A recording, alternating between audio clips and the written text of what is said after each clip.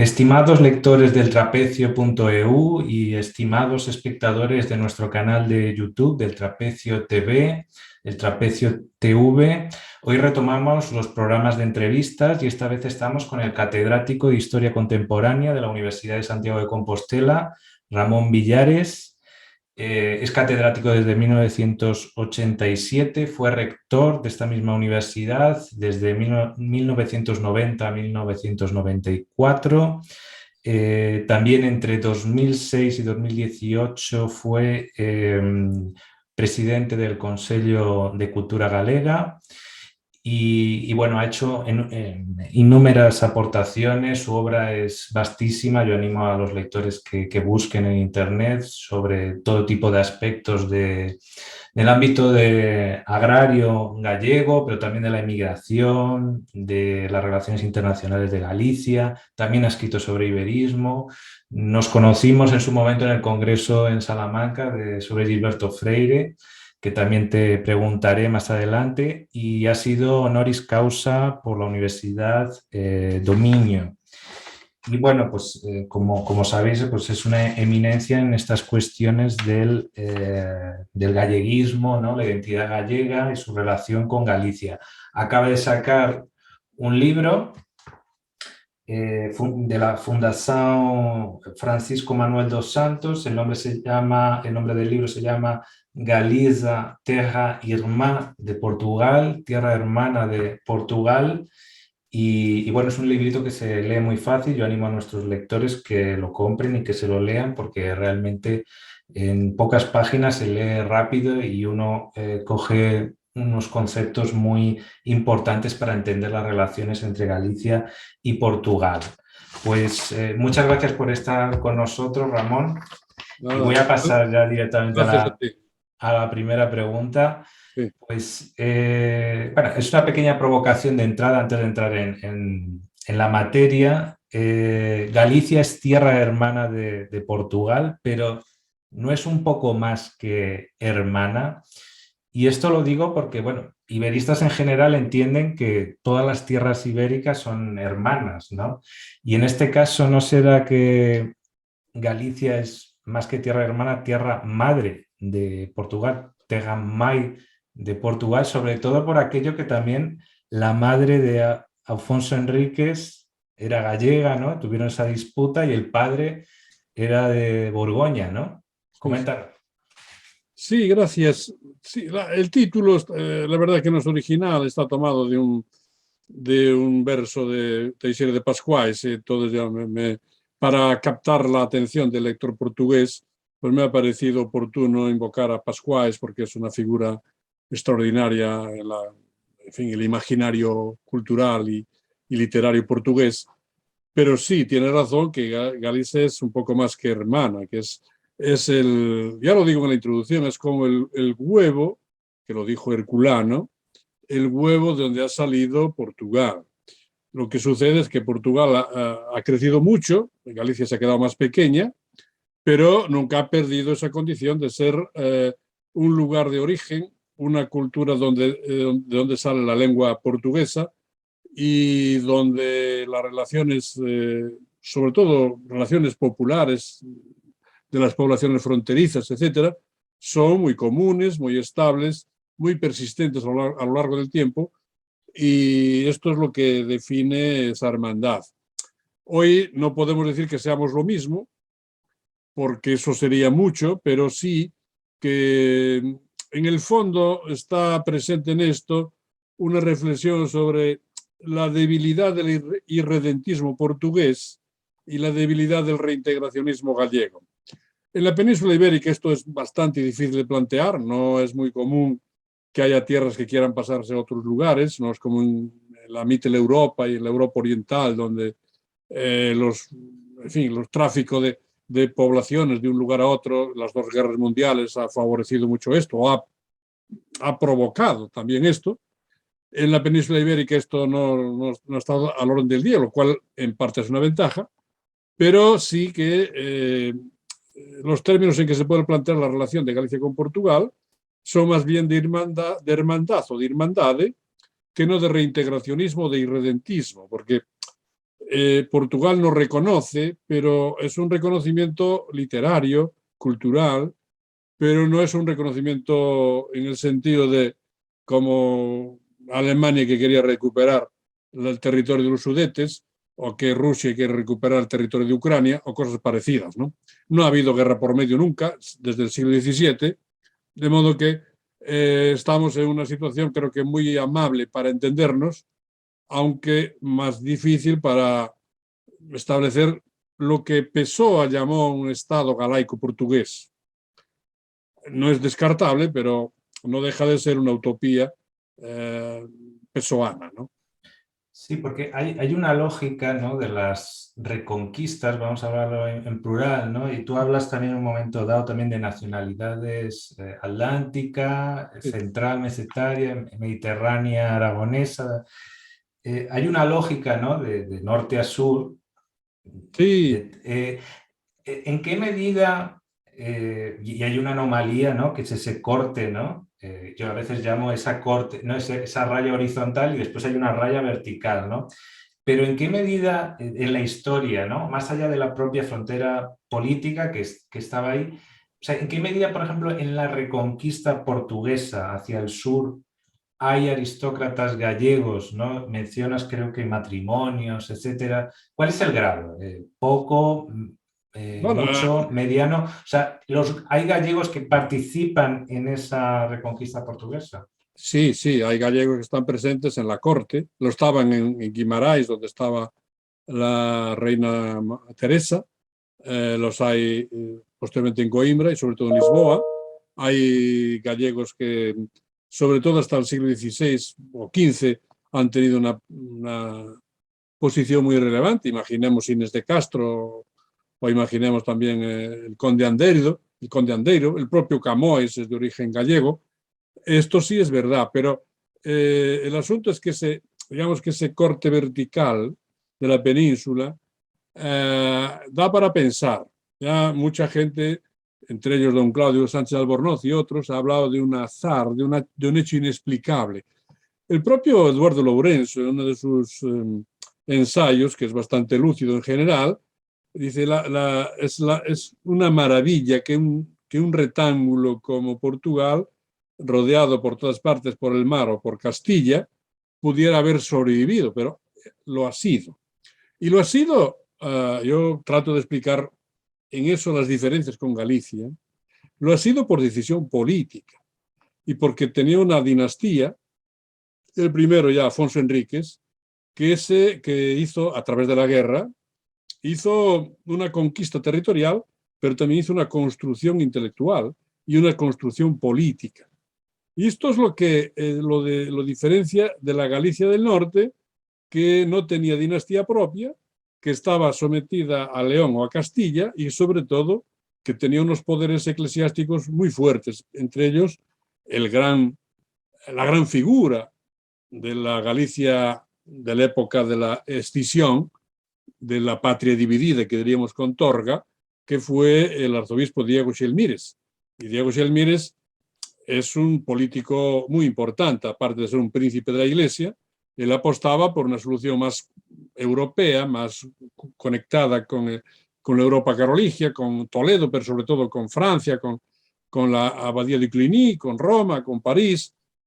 Y en cambio, la parte aparentemente más débil de la Galequia, que era la que después acabó siendo portuguesa, apostó por una solución política. Por eso yo me inspiro mucho en José Matoso, un gran historiador portugués, que señala siempre el hecho, primero, que las guerras son como parteras de la historia y que Portugal se hizo con la guerra contra las poblaciones musulmanas, contra el infiel, contra los mouros, o como se quiere decir. Y por otra parte, que fue un hecho político desde el principio. Es decir, que culturalmente no había ninguna razón para hacer eso. Había una continuidad geográfica, cultural, lingüística, etcétera, pero fue la decisión política. Sí, que Entonces, los gallegos podrían haber quedado unidas, sí, sí, sí. haber quedado separado Aragón y haber quedado unidas Castilla y Portugal. También podía, o sea, esas Podría. matemáticas, Hombre, pero lo más lógico es que matrimonio. lo más lógico es que Galicia y una parte de León, que Sí. al fin de cuentas era casi la misma lengua, con el territorio conquistado formasen una nación atlántica, digamos, o una monarquía atlántica, y otra que fuera la monarquía mediterránea.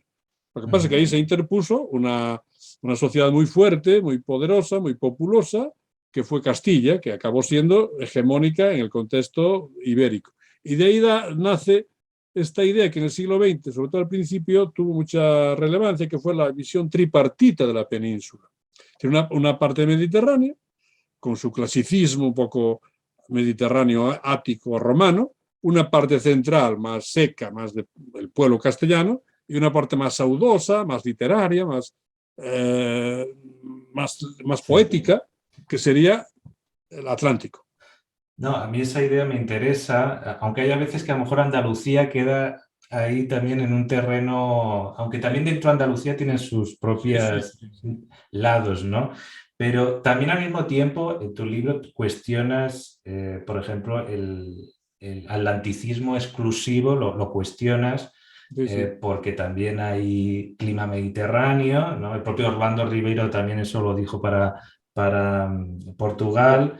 Hablas de ese continentalismo, lo que acabas de hablar, ¿no? El Camino de Santiago de alguna manera separa, ¿no?, a Galicia con Portugal, ¿no?, por esas influencias y lo une también con la Europa. península y con Europa, ¿no? Sí, sí, yo suelo invocar esto por un ejemplo, comparar la iglesia matriz o la sede de Braga y la Catedral de Santiago. Es que, con todos los respetos, no hay color.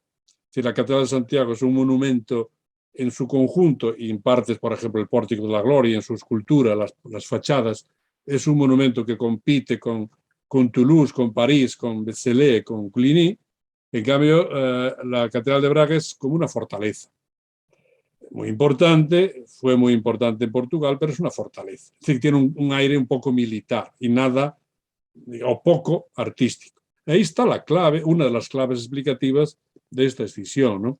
Entonces, mi intención es explicar por qué se parece Galicia a Portugal y por qué no son iguales. Y ahora mismo se me ocurre por el camino que también el hecho de que la capitalidad sea en Lisboa, en un lugar alejado, ¿no?, a la Galicia histórica, también eso quizá le alejó un poco más de... Hombre, para la Galicia de entonces, incluso quizá la actual, hubiera sido más factible un entendimiento con una capital en Porto. Uh-huh. Y Porto ha ejercido siempre un poco el papel de una Barcelona en el caso español, ¿no? Sí, sí, pero no, somos distintos, pero estamos unidos y todo eso. Lo que sucede es que las capitales tienden a ser muy centrípetas, y sobre todo desde la monarquía absoluta, desde el siglo XV, y con los imperios ultramarinos se reforzaron mucho. Entonces, esto ha creado ya una situación que es, no diré que irreversible, pero muy descompensada, ¿no? Muy desbalanceada entre lo que son las capitales y lo que son otras ciudades, ¿no? Uh-huh. Ahora, Porto, pues Porto en realidad todavía hoy ejerce un poco un papel de cierta capitalidad de todo el arco atlántico. No diré solo de Galicia, del arco atlántico, ¿no? Su aeropuerto es el más importante de la región. Ahora el gobierno portugués está creando ya la expectativa y quizá, bueno, y avanzando en esa dirección de crear una conexión ferroviaria de alta velocidad Lisboa-Porto-Vigo. Esto yo creo que va a cambiar mucho las cosas y que va a plantearlas en la dirección que modestamente yo creo que defiendo en el libro, es que no se trata tanto ya de una unión cultural, sino de una unión funcional y unión económica e institucional, Sí, una a todos los coordinación de intereses que niveles. pueden, Uh-huh. incluso en el marco de la Unión Europea, actuar muy fácilmente, ¿no? Si uno ve un mapa en Google en fin, de lo que es el globo terrestre, pues en la parte de la península hay una mancha de luz muy fuerte en Madrid, hay otra más pequeña en el norte y en Cataluña y Mediterráneo, y hay una muy fuerte en el área atlántica, incluido no solo Lisboa, sino Porto, Vigo y Coruña, ¿no? Y esto yo creo que a medio plazo pues va a tener que tener que dar algunas consecuencias, pero no, a lo mejor no somos, tú serás capaz de verlo, yo quizá ya no, pero nada nos impide soñar. En todo caso, la realidad es la que es.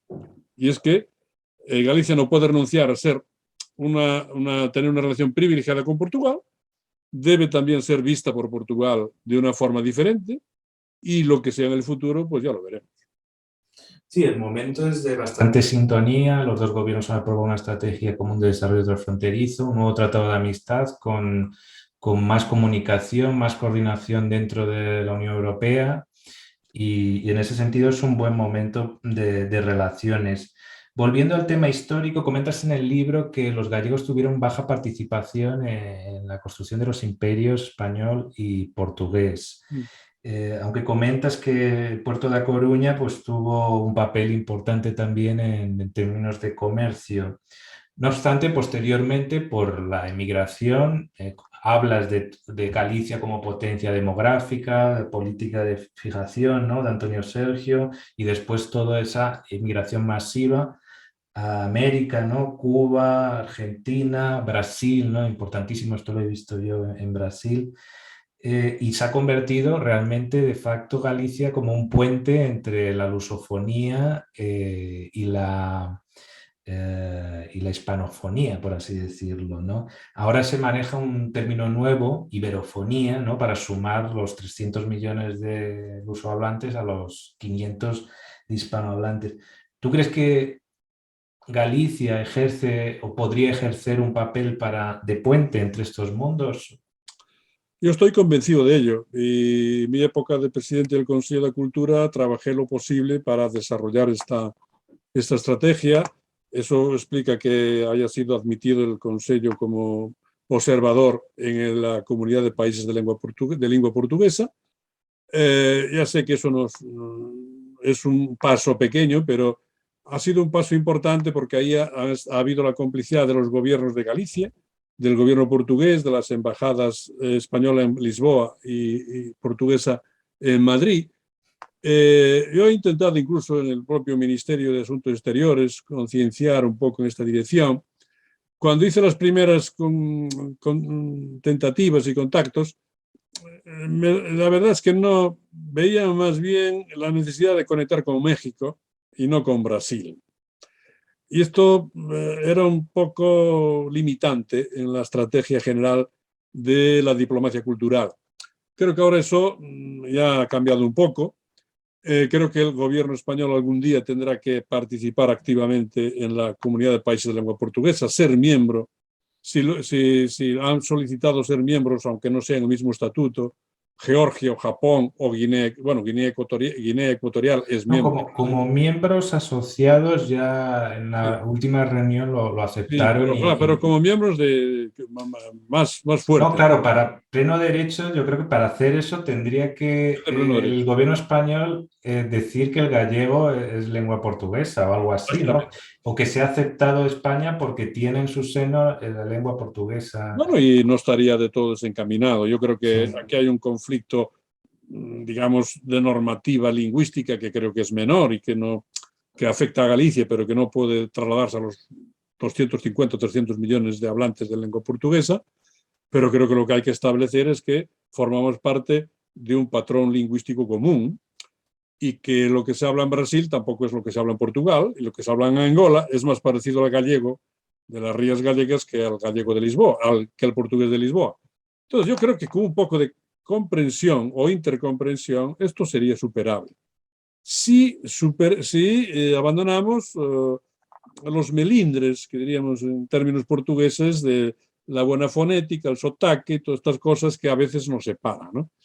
Yo no soy muy partidario de hacer de la lengua el elemento esencial de la identidad nacional, porque las lenguas no definen hasta ese punto, hay otras cosas más tan importantes o más, y en el caso de Galicia y Portugal, esto tendría que gestionarse en el sentido de que son lenguas comunes, forman parte de un origen común, de un patrón común, con algunas variantes de léxico, gramaticales y lo que sea, y sobre todo de fonética, que andando el tiempo se pueden superar.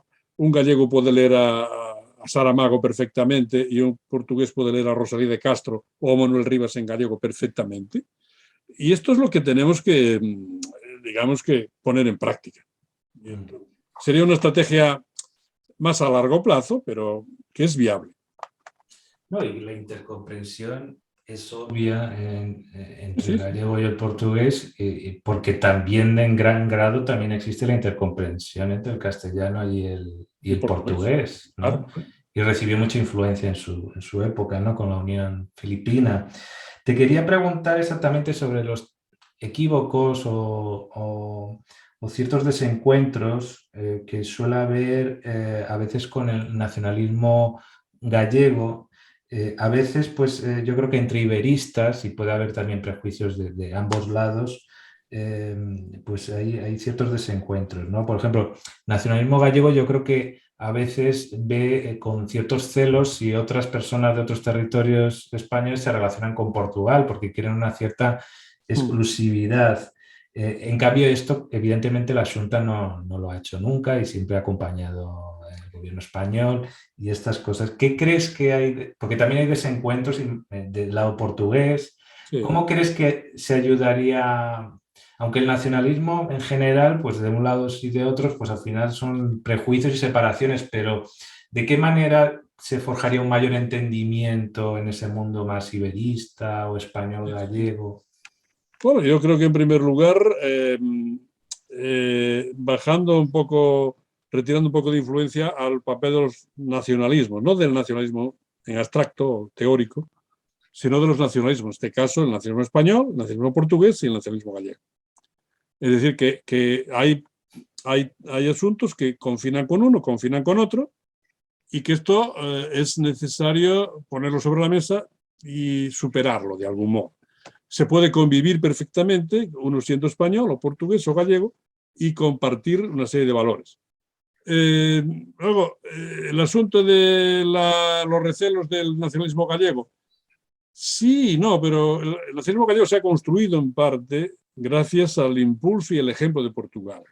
Y ha sido muy importante, incluso en la proyección internacional, la ayuda de portugués como Pascuais, por ejemplo, para tener una difusión de la literatura gallega en revistas extranjeras y ser considerado algo más que un dialecto local, ¿no? Entonces, en este sentido, el nacionalismo yo creo que ha cumplido una buena función. Pero, claro, hay una parte de los nacionalismos que son excluyentes, de todos los nacionalismos. Y ahí es donde hay que, digamos, que matizar y hay que afinar un poco, ¿no? Creo que no todas las comunidades autónomas fronterizas con Portugal se pueden llamar como Galicia terra irmá de Portugal. Nosotros tenemos, el gallego en ese sentido tiene una ventaja. Es decir, no es imaginable que un extremeño haga una historia de Extremadura y que se proclame irmá de Portugal, o que un andaluz se le proclame eso, o un castellano leonés. Bueno, Así que nosotros, yo aquí te voy a rebatir un poco porque, por ejemplo, el paralelismo a lo mejor no está tanto en la matriz lingüística, pero si tú comparas Extremadura con Alentejo o comparas esa región más leonesa con Las Beiras o con Trás-os-Montes o Algarve con Huelva, ahí sí que vas a encontrar relaciones transregionales sí, que a lo claramente. mejor no tiene la profundidad de la lengua y la matriz cultural que llevó la reconquista atlántica, Claro. pero sin embargo sí que hay paralelismos, ¿no? A los alentejanos también no les hacen caso, como tampoco hacemos caso aquí a los extremeños, y hay puntos en común. Es verdad que en el diálogo y en la lengua ahí sí que hay una singularidad clara, pero creo que sí que, por eso te decía al principio, cuidado que tierras hermanas hay más, pero creo que la tierra madre en este caso es un poco más que hermana. Sí, un poco más, sí, sí. Bueno, sí. Lo concedo y Porque, creo que eso. porque yo creo que, a ver, el tema es entre las todos y las particularidades ver qué equilibrio, ¿no? Si existe un área cultural ibérica, evidentemente también existe un área cultural, no sé cómo decirlo, atlántica, pero dentro de la ibérica y tiene sus ramificaciones y hay como una transición progresiva. El Reino de León, que aunque fue subsumido dentro de Castilla, pero hay tú sabes por las regiones de Extremadura incluso que hay vestigios de un leonés parecido al gallego, ¿no? Hay un gallego en varios Claro, municipios. Sí, sí, eso en fin, no es. Además, eso es claro, porque la continuidad geográfica está admitida con por Asturias, todo el mundo, Galicia también especialmente lo tiene, ¿no? por los portugueses que reconocen. Por eso insisten tanto en el aspecto político, porque la continuidad geográfica no explicaría el hecho nacional.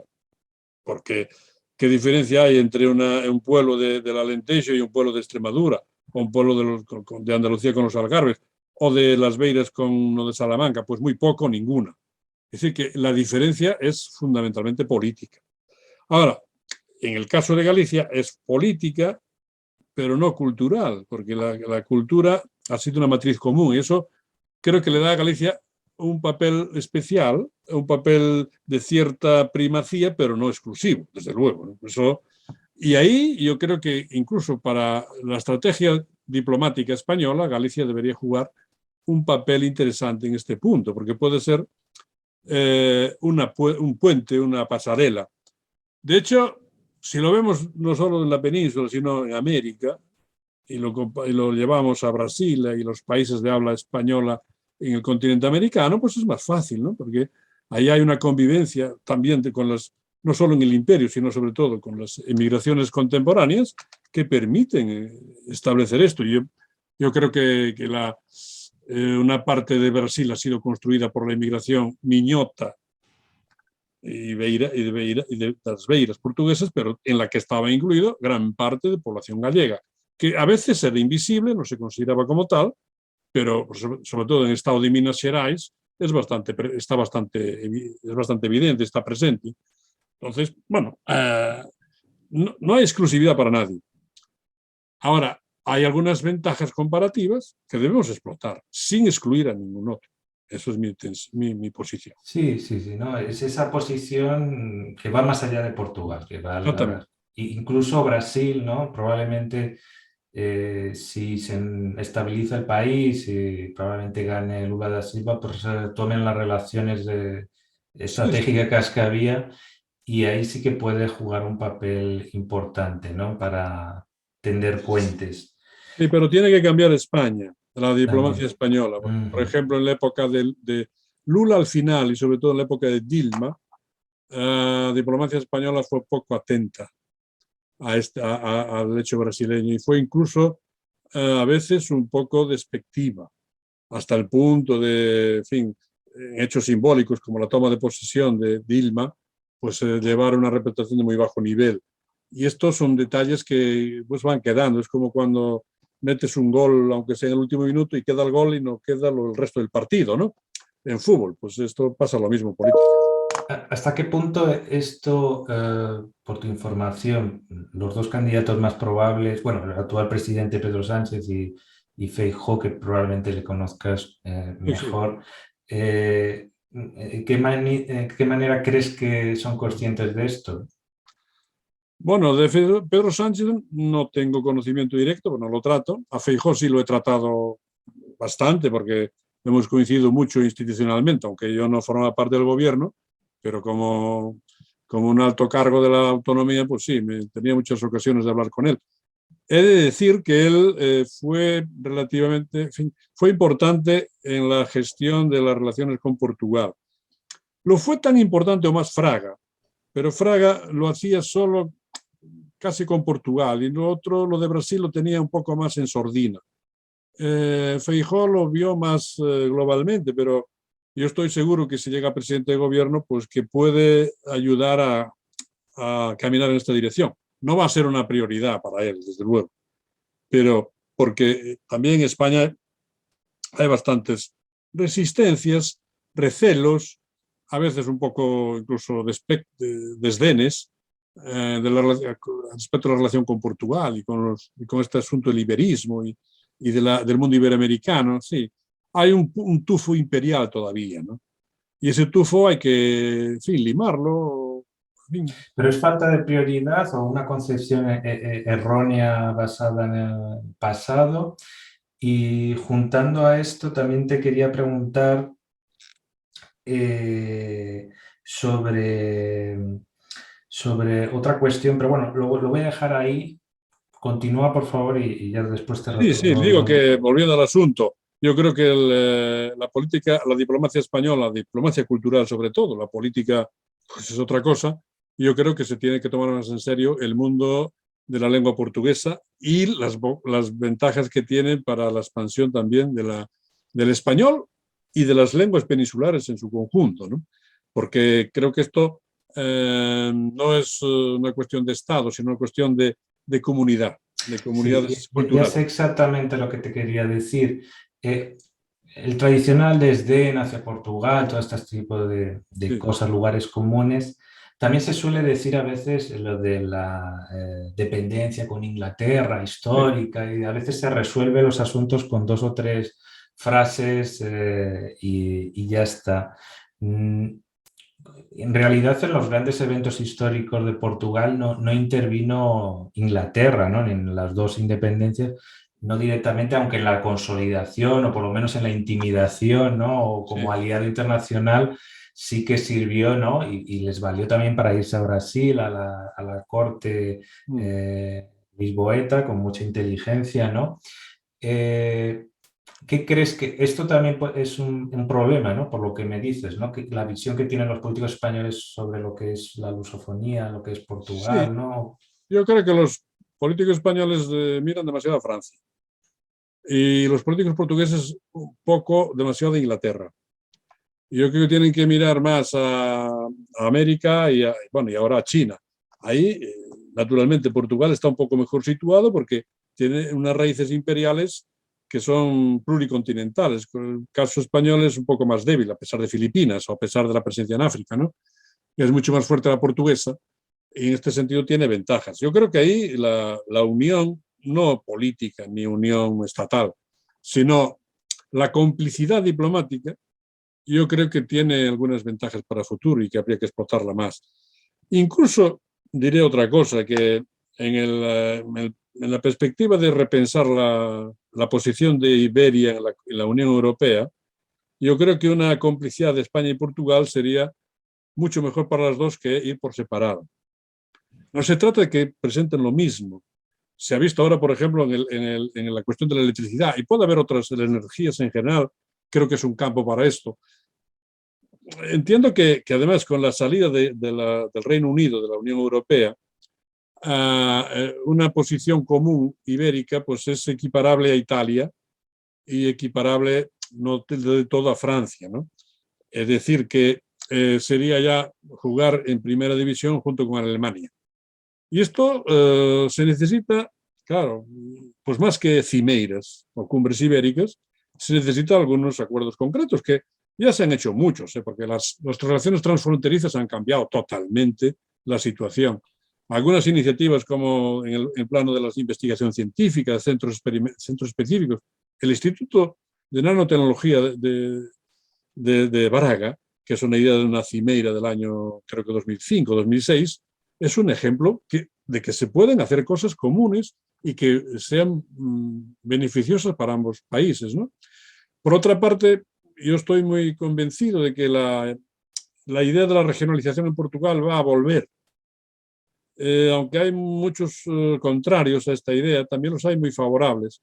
Yo creo que un mayor grado de institucionalización de las regiones portuguesas les favorecerá en su relación con las comunidades autónomas españolas y, por lo tanto, a nivel europeo.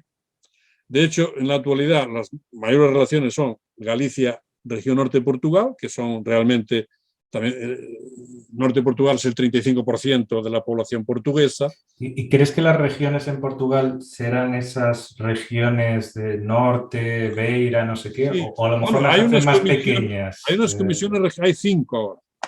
Yo creo que pueden seguir más o menos las 5. Lo que sucede es que son regiones para gestionar nada más que fondos europeos y un poco intermediación entre las ciudades y los municipios, ¿no? Claro, no tienen la capacidad política, no tienen una asamblea como lo tienen las autonomías españolas. Entonces, un presidente de la autonomía española no está a un nivel distinto de un director o un presidente de la comisión, de una comisión de coordinación regional. No puede estar al nivel del gobierno de Lisboa, pero tampoco puede estar exactamente al nivel de la Comisión. Ahí hay un desnivel, un gap, que yo creo que se puede resolver en el futuro. No haciendo autonomías portuguesas, pero sí dotando a las regiones portuguesas de mayor, por una, en esencia, de un respaldo popular, que que los dirigentes sean elegidos por su población, por sus ciudadanos. Es una cosa simple. Bueno, simple, es bastante compleja, ¿no? Pero quiero decir que eso se puede experimentar sin que haya eso que se dice en España, una destrucción de la unidad y romper España o romper Portugal. No, yo no estoy abogando por eso. Estoy abogando por hacer realmente más práctica y más cercano al ciudadano lo que es la gestión de su territorio. Muy bien. Por último, te quería mencionar tres nombres que creo que son importantes y que nos interesan. Por un lado, Américo Castro, por otro lado, Gilberto Freire y por último a Castelao. Me gustaría que me dijeras qué cosas te han interesado a ti en la vida de estos autores y cómo los lees hoy en día. Bueno, de Américo Castro me ha interesado siempre su percepción de España como una suma de culturas o como un entendimiento de culturas diversas. Como tres culturas tienen un punto de raíz étnica, pero también son importantes desde el punto de vista cultural. Y él entendió bastante bien también el hecho jacobeo, Santiago, en fin, dedicó algún libro a esto. Y Américo Castro, por lo menos, permite hablar de la diversidad, que es un punto de entrada para entendernos sobre la península ibérica. Reconocernos diversos, no diferentes y no lejanos, sino diversos. En el caso de Gilberto Freire, mi llegada a él ha sido en buena medida porque he tenido la oportunidad de hacer una edición española de España, de su libro Casa Grande en Sala, y Gilberto Freire, a pesar de su luso tropicalismo y de cosas que tenía él y que otras se le han exagerado, era una persona que conocía bastante bien las culturas ibéricas. Conocía a Cervantes, pero conocía a Pessoa, conocía a los místicos y conocía a Padre Vieira y a tantos otros, que paseó bastante por la cultura española y especialmente la portuguesa continental y también imperial. Y en este sentido es un autor que no está perdido. No es un autor de moda, también hay que reconocer que escribió demasiado, y que es inabarcable. Entonces, tiene un problema objetivo porque fue escritor más que Ortega y Gasset o muchos otros que podamos comparar. El caso de Castelao es distinto porque Castelao es gallego y tiene una visión básicamente gallega, pero es el gallego que quizá en el siglo XX ha tenido por lo menos una intuición y quizá algunas propuestas para entender España en su conjunto. Él solía decir a esto una España con H, la España con H portuguesa, pero aplicada al conjunto de la Iberia. Él, claro, fue una voz en el desierto que no tenía mucha fuerza política para actuar, pero en fin, él defendía una república federal ibérica en el exilio y fue sensible a la cultura portuguesa. Primero como estudiante y visitante de Portugal con la Tuna de Santiago de Compostela. Luego, un poco más cercano, esa famosa viñeta de él, de un abuelo que está en el río Miño y le dice, pregunta el nieto, abuelo, ¿y qué es lo que hablan son como los de Madrid, los que están al otro lado del río? Y Castelao le hace decir al abuelo, o dice, no se sabe lo que respondió el abuelo. Pero más tarde, cuando ya fue político activo, diputado en República, en la Guerra Civil, sobre todo en el exilio, fue muy sensible. Y en su obra cumbre, su capolaboro, digamos, que fue Siempre en Galiza, Portugal está presente pues, en un tercio de sus páginas, que es mucho. Es decir, que no es el autor que en ese sentido más atención le ha prestado probablemente a Portugal desde una perspectiva gallega. ¿No? Incluso yo he leído siempre en Galicia y la verdad que incluso él dice que no está en esto para debilitar a España, sino que está para Claro, hacer algo en a reforzar. positivo, reforzar, o sea que es diferente a una estrategia un poco maliciosa de dividir para después no sé qué, que después no lleva a No, ningún lado, sino que tiene esa idea y lo que no sé es cómo él, que también hablaba de Europa, ¿no? De la Unión Europea, no sé, que claro, es una ucronía, ¿no? Cómo él ahora con la autonomía, con el espacio europeo, con las relaciones con Iberoamérica, ¿cómo crees que hubiese evaluado esto? Ya sé que es muy difícil, pero sí, bueno, hoy en día, ¿cómo crees? ¿Crees que se hubiese hecho él hubiera, más nacionalista, menos, o es estaría... probable que más nacionalista, es difícil que se hubiera hecho, difícil pensar que se hubiera hecho separatista, porque en el sentido de, él era más bien federal, ¿no? Tenía un punto federal. No, y que Entonces todo, escribe en un momento claro. del Entonces eso exilio, del significa que hay que tener franquismo. una unión dentro de la diversidad y dentro de la pluralidad. Entonces yo creo que eso no veo razones para que no lo pudiera mantener en el futuro, pero claro, la situación actual pues es totalmente distinta a la que él vivió. La Unión Europea, él ya no ni tan siquiera la imaginó, porque no, cuando murió no había ni... Estaban dando los primeros pasos de una especie de Europa federal, o de Europa de las pequeñas patrias, pero era todavía muy, muy incierto. Pero sí, él tuvo una voz para su tiempo muy moderna, porque era republicano, demócrata y galleguista. Y esto es una unión de tres valores muy importantes, ¿no? E ibérico también, ¿no? Ibérico, Iberista. iberista, ¿no? Sí. Pues muchas gracias, Ramón. Por último, no sé si quieres añadir alguna cosa que haya quedado en el tintero de tu libro. Ha habido muchas cosas que evidentemente recomiendo a los lectores que lo lean, porque él no ha contado el libro. Aquí hemos hablado de otras cosas también, ¿no? Tú hablas mucho, ¿no? De los fidalgos, de los campesinos, de esa Galicia, ¿no? Que era superpoblada, ¿no? Que había Sí, sí, muchos campesinos, ¿no? Las relaciones entre las clases sociales, que creo que tu tesis doctoral iba sobre esto. sí. Hace Pues 40 años. ¿Sí?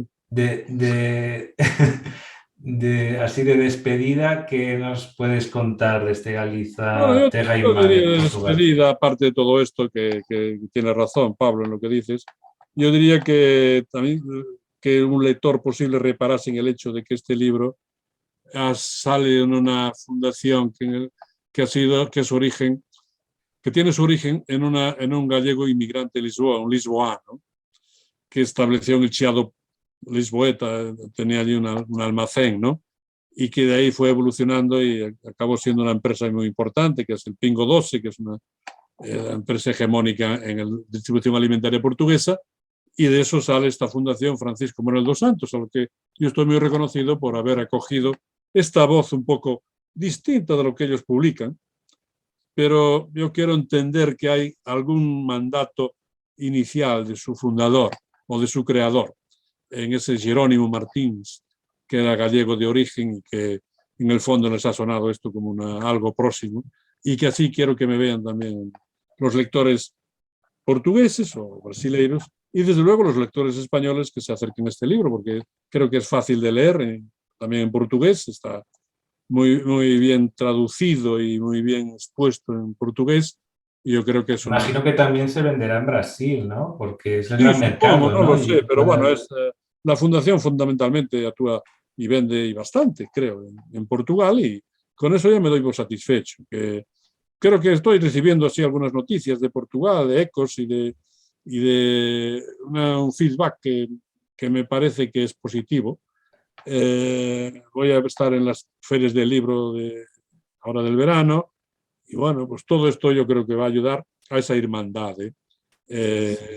No, y es Galaico, impresionante la participación de gallegos en el mundo portugués. sí, sí, sí, Me estaba acordando de que en el terremoto de Lisboa murieron muchos gallegos, muchos, sí. ¿no? Bueno, en la actualidad la embajadora de España en Portugal es gallega. Es Ah, gallega sí, aquí de un pueblo del lado del mar. de Tarzan, El ¿no? agregado laboral es Ah, gallego. sí, sí. Antes estuvo Morodo, que era gallego de Ferrol, en fin, y otros. Y, en fin, hay Sí, muchos. está el centro gallego, El están centro gallego, los dueños de los restaurantes son la GAL, gallegos. la GAL fue fundada por un gallego de Caritel, cerca de Pontareas, en Galicia, era Boullosa. La editorial Tinta da China y las librerías Tinta- Bullosa vienen de ahí. fin, que hay muchos... O sea, hay una burguesía Sí, galaico-portuguesa. eso no quiere decir que ellos se declaren y se proclamen gallegos. Yo no estoy diciendo eso. Lo que estoy señalando es que hay muchos factores que también el plano humano, el plano de las relaciones directas, se pueden favorecer esta hermandad. Muy bien. Pues nada, emplazo a nuestros lectores a que lean el Galiza Terra Irmá de Portugal, de la Fundación Francisco Manuel dos Santos, escrito por Ramón Villares. Y bueno, pues seguimos en nuestro canal de YouTube. Estamos subiendo nuevos vídeos de todo tipo, además de entrevistas. Estoy incluyendo vídeos sobre este concepto de iberismo metodológico, en el sentido de analizar los procesos políticos, culturales, antropológicos de una perspectiva ibérica y sistemática, y otros materiales que hay en nuestro canal. Muchas gracias, nos vemos en la próxima edición. Un saludo. Gracias a ti, Pablo. Buenas tardes.